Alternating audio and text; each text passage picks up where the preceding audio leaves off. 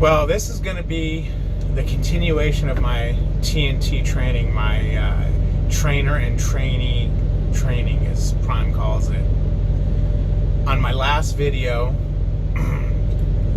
it ended with, it was the story about me coming up to that bridge and being more than double the weight that it can bear. So what happened there, are you asking? Well, you need to go watch that last video and see what happened. Did I fall through that bridge? Did I have to get towed? Did I get kicked off my trainer's truck? Did I have to do more time because of it? Because if you screw up when you're in training, they'll add time to your training. You can find out by watching the last video. One thing we do know is I didn't die because I'm here right now doing this video. Okay, so I'm going to skip through all the boring stuff that happened in TNT. There was just a lot of boring driving, a lot of getting lost, things like that. Not a lot of getting lost. A lot of just I didn't know where we were. I never knew where we were going. And there was a lot of GPS failures that would put me into, we'll call it hysterics. The fact that I'm like, where the hell are we at? I don't know where we're going. What do I do? Type deals. You know, I would panic a lot when that GPS would fail because I didn't know where we were going. I didn't even know the addresses we were going to. I was always told, the GPS is set, just follow it and do your thing. Wake me up when your time's up. Well, after a few times of my trainer really bitching at me about, oh, you panic and, you know, this, that, and the other, and just trust your GPS and stuff like this. And I tell him, well, you know what? I need to start knowing where we're going. You need to start telling me where we're going. And, you know, he wasn't keeping nothing a secret. I think it just took time. You know, he didn't want to take the time to do it. He didn't want that truck to stop moving for 5 minutes. Whenever I'd have anything that he'd need to show me, he just wouldn't show me. Oh, well, why you ask me that now? We don't have time for that. What do you mean we don't have time for that? Friggin', you're a trainer and I'm being trained. We have time for it. So I didn't get trained a lot because the truck was not. If he wasn't driving, he was sleeping or arguing with his old lady over the phone. Several times I'd ask stuff, and you know, it was like a big major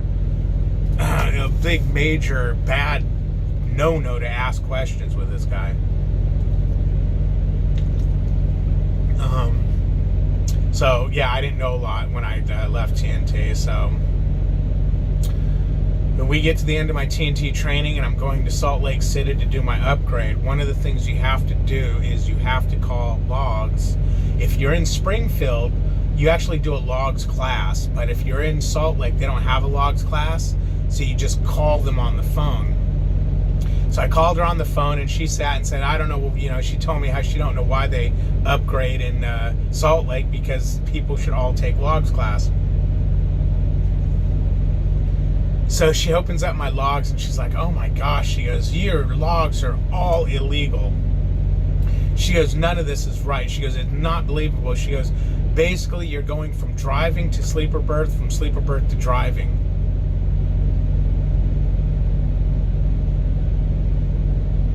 Okay. And I say, well, she explains to me how a log is your legal documentation on what you are doing and how it, whether you are taking breaks or not. Okay, well, I'm sleeping and then I'm driving. Okay, well, so you slept for 20 hours in your sleeper berth? You never got out and went to the bathroom? You never put fuel in the truck? You never did this? You never ate? You never... So basically this month on the truck, you never left that truck? Well, no.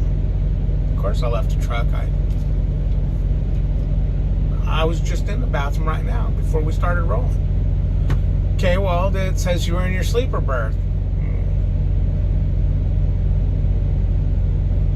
So what are you trying to say? Well, that's a $250 fine. This other one here is a $500 fine. Do you have a logbook handy, just in case your logs went down? Yeah, he told me to put it up in my bunk, and it's up in the cubby up there. So you can't get to it readily available. No, that's a $250 fine.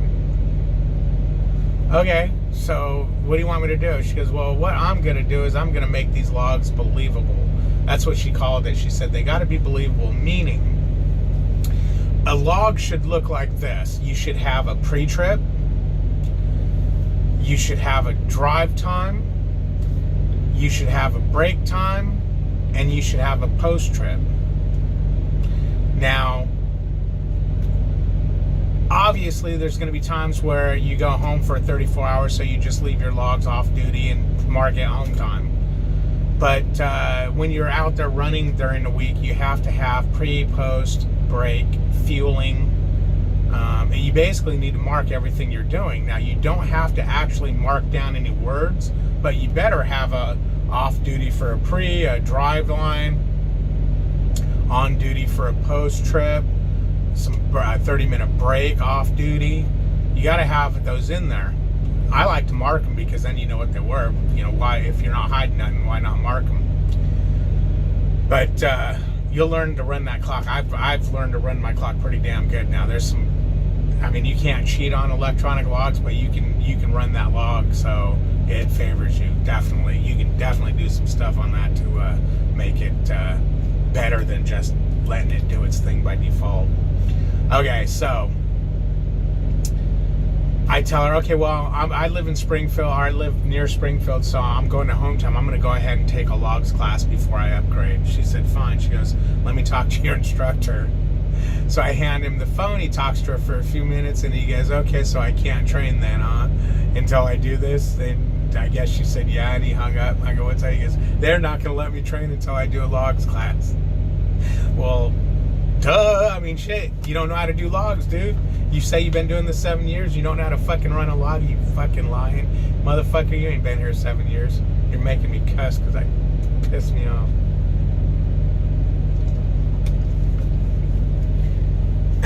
So, I get back there. I do all the paperwork and testing to do a lease upgrade because I was going to go company, then I decided to go lease.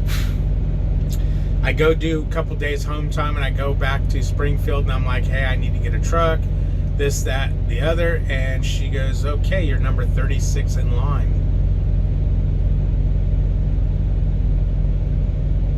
36 in line. I've been home for like 6 or 7 days. I need to go back to work.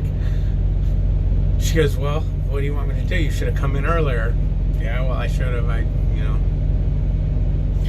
thought I was going to walk in and drive off with a truck. So I decide, after looking on YouTube and seeing a lot of people complaining about running lease with Prime, that it's not worth it and they lose their shorts. That, and then the fact that I was already signed up with their health care, and I need health care. I moved over to the company side and got a truck in 2 days. So I ended up going company. That is where this gets pretty interesting. I've had a lot of problems. There's been a lot of issues once I started my solo driving career. I was making more money as a trainee, unfortunately, but things have seemed to be getting better. But I'll talk about that in another video. In maybe not my next video, but I'll talk about it soon. I'm going to come out with my solo experience pretty soon here, probably next. I don't know, I might have a couple other things to say in between, but anyways, stick with me, like, share, subscribe. My videos will get better as I learn to relax in front of this thing and get some better lighting, and I know my sound's better than my very first video. I realized that I actually had like 4 or 5 videos done, and they all had the sound of that first video, so I deleted them all, and I've been starting this over, these stories over again. sitting here, I'm not, but now driving, I use a microphone, my Bluetooth headset, and that way you don't get all that truck noise. But anyways, yeah, if you can, let me know what you think. I'd appreciate it. You guys have a good one.